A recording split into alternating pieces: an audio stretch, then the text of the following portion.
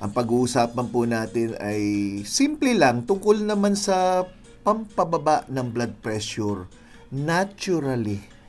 Kung maaari, walang gamot. Pero syempre, kung nagme-maintain na kayo, ay hindi nyo pwedeng alisin yung gamot nyo basta-basta nang walang pahintulot ng inyong doktor. Tandaan nyo po yung sinasabi ko.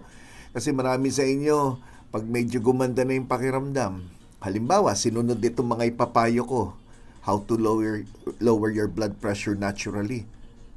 At sa pagsunod nyo, nakapansin kayo gumaganda na yung BP nyo. Huwag nyo naman tanggalin yung gamot. Pumunta kayo sa doktor nyo, magpasuri muna maigi. Kasi may mga tao na tinatawag na high risk. Ibig sabihin, pagtanggal nyo ng gamot, baka biglang tumaas ang blood pressure nyo, atakihin kayo sa puso o kaya magkaroon ng stroke.